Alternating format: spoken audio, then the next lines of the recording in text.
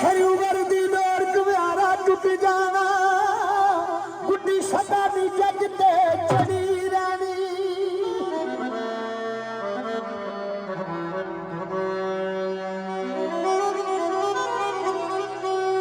खलील पट्टी साहब और असलम पट्टी साहब ने फरमाइश पेश कर रहे हैं कुंड चुक चुक अखन कड़िया आई दारू चलिया आहो जी रूप ना चलिया जावे सारे आई ना गुंड चुक चुक अखन कड़िया आई दा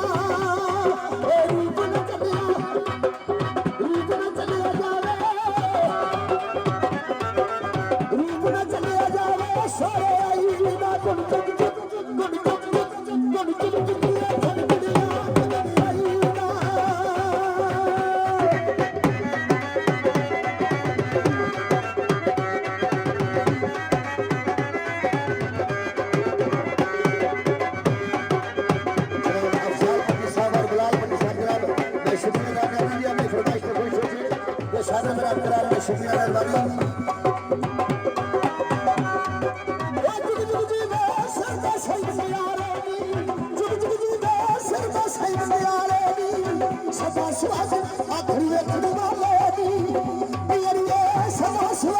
आखिरी